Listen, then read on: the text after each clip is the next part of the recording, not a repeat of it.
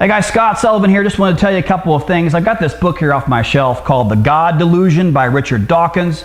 It's a very popular work. It's full of arguments against the existence of God. The whole point of the book is to show you why believing in God is a delusion. And it says here it's a New York Times bestseller. So this book has been, widely distributed. It's been read by a lot of people, and it is having an impact. And I got to tell you though, as a philosopher, the argumentation in this book is not very strong at all. It's in fact very poor. There are a lot of holes in Richard Dawkins in his arguments. But nevertheless, that doesn't mean that this book can't have a strong impact. In fact, I just heard a story about 3 young Catholic ladies. These ladies were well formed in their faith, or at least they were brought up in the tradition, and they had a strong faith.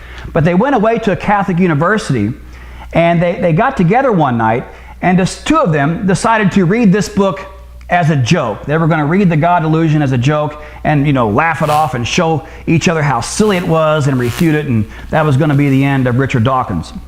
Well, that's not what happened, because even though these girls were raised in a Christian household, they weren't prepared. They weren't trained to take on something like this, and 2 of them ended up losing their faith over reading The God Delusion. And as it turned out, 2 of the girls started ridiculing the 3rd girl as to why she still believed in all that silly God stuff. So my point is that even if you're not an atheist, even if you don't know any atheists, you don't normally engage in those kind of discussions, still, if you're a Christian and take your faith seriously, you need to learn these things. You need to learn the answers to these kinds of things, because these books have an impact, whether you like it or not. A lot of people are reading these things, and these ideas are being spread around nowadays. So any Christian who's serious about their faith, who wants their kids to maintain their faith and not lose their faith like those 2 young ladies did, they need to be trained in this area. So I just want to stress to you that this kind of thing is really important.